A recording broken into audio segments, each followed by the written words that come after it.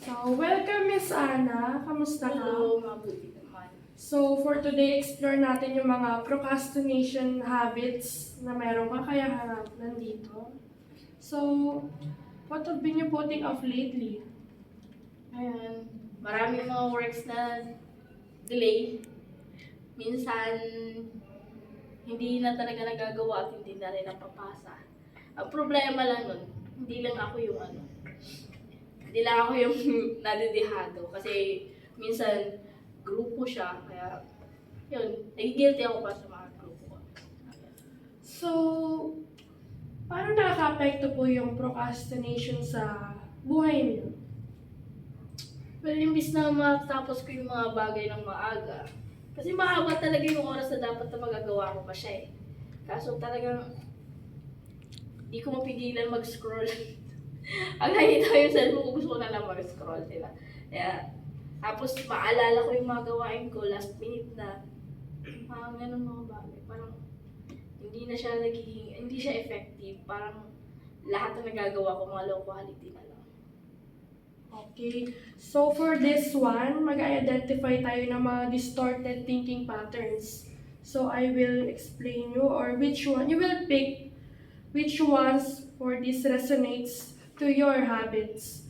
Ikaw ba is the all or nothing facet or the thinking or the perfectionism or the fear of failure and avoidance. So sa all or nothing, ikaw yung mga sa tingin mo hindi mo na talaga ito magagawa, nagkakaroon ka na ng hopeless sa mga bagay na matagal mo talagang bago pag-isipan gawin.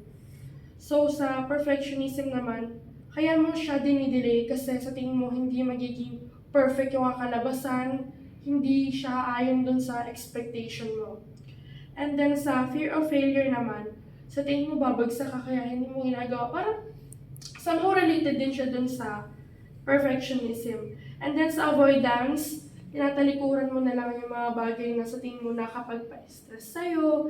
Kaya, imbis na mag-focus ka sa kanya, lagi mong tatalikuran. Kasi parang yun yung safe space mo. Kaya mo, hindi ginagawa isang bagay para doon lang, iniwan mo na lang sila kung saan sila. And then ikaw nasa comfort zone mo ikaw. So, sa tingin niyo po ano yung Well, nagre-resonate sa ko, parang lahat naman yun nandun eh. Kasi makikita mo, di ba? Yun nga. Pagka may mga gawain na nadidelay, ang isip ko, wag na lang. Late na rin naman, wag na lang. So kung gagawin ko man siya, di na rin siya magiging perfect, di ba? Tapos, magkukuha niya, yun na yung mga thoughts na nasa akin na pagka yan, low grade yan kung ipapasa ko man. Minus na yan, late na eh.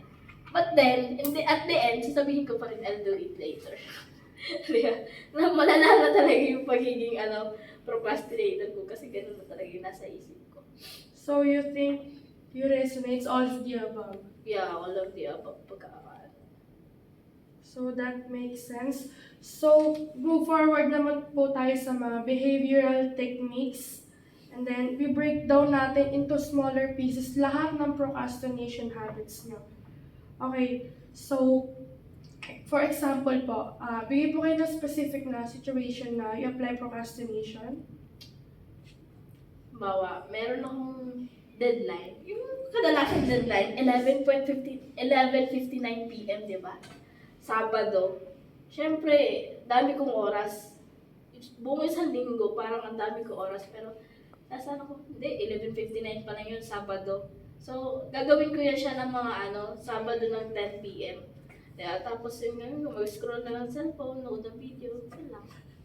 So, ganito po, pwede natin gawin is, yun nga po, i-breakdown natin lahat ng mga progress nyo. So, first is mag-i-set tayo ng specific goals. Kunyari, you have a deadline for today na this midnight nyo ipapasa. So, gagawin nyo siya. For example, yung work na yun will take time for about an hour or 2 hours, for example. Pwede kayong gumawa muna ng set kayo ng timer for 30 minutes, gagawin nyo siya. And then, i-create kayo ng schedule para nag-a-align yung lahat ng gagawin nyo. So, if for example, gagawa kayo for about 30 minutes, kaya ilalagay nyo siya sa time na after lunch nyo siya gagawin. Maglalagay kayo doon ng 30 minutes after lunch, gagawin ko siya.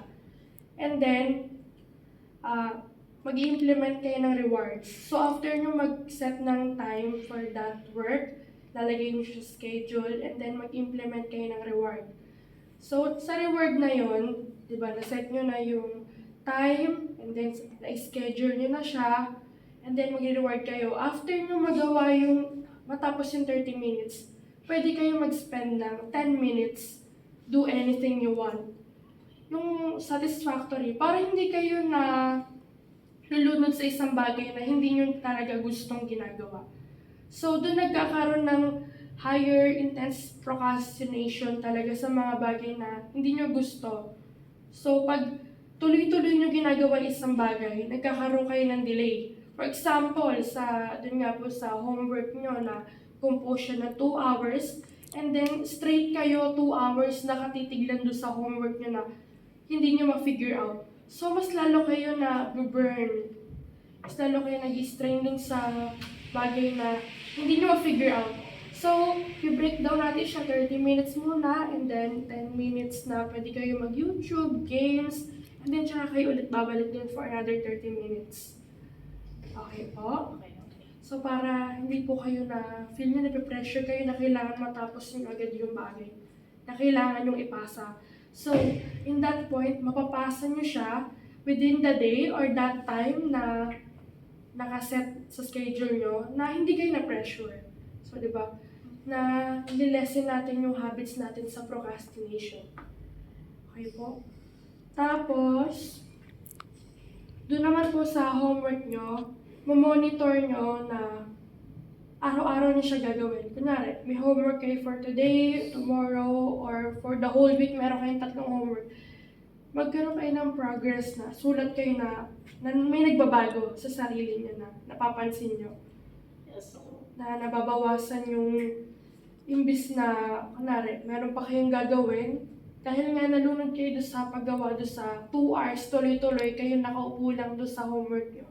May nagawa pa kayong iba. Okay po? So, sa mga point na nagkakaroon kayo na hindi nyo pa rin talaga nagagamay yung ganong habits, deep breath lang po talaga. Yung relax. And then, pwede kayo mag-set ng timer sa deep breathing nyo para kukontain nyo yung relaxation sa katawan nyo na hindi na pupush yung system na gawin yung isang bagay na difficult para sa inyo or nape-pressure kayo. Okay, tapos ayun lang po, babalik lang po kayo doon sa pinag-usapan natin na strategy or technique na pwedeng mag-apply sa inyo para sa progress ng procrastination habits niyo. So, ayun lamang po. Thank you po. Miss Ana, kamusta na? po. Ayan. Any progress about your procrastination habits na nagkaroon tayo ng implementation last visit mo? Okay naman na siya. Medyo nagagawa ko naman na meron akong yung assignment, nagagawa ko naman na siya. On time, meron akong tawag ito, daily, kumbaga na schedule.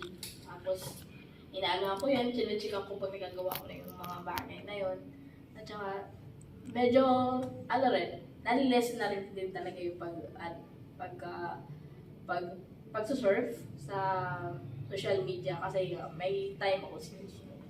So, any hurdles or challenges na na-meet mo throughout na sa progress? Minsan, napapalingon pa rin tayo, parang ang hirap, pero kailangan babalikan pa rin yung schedule kasi para matapos at maipasa sa tama yung dapat nang magawa. So, that's it, Miss Ana. I'm so happy naman na nagkakaroon ka ng progress throughout na ngayong next visit mo. So, I'm hoping na I won't see you again for a short time dahil nagkaroon kayo ng pagbabalik ulit sa ugali niyo ng procrastination habits. So, ayun lang. If ever you have a question, you can message me. Okay? Thank you, Miss Ana. Thank you. Bye-bye.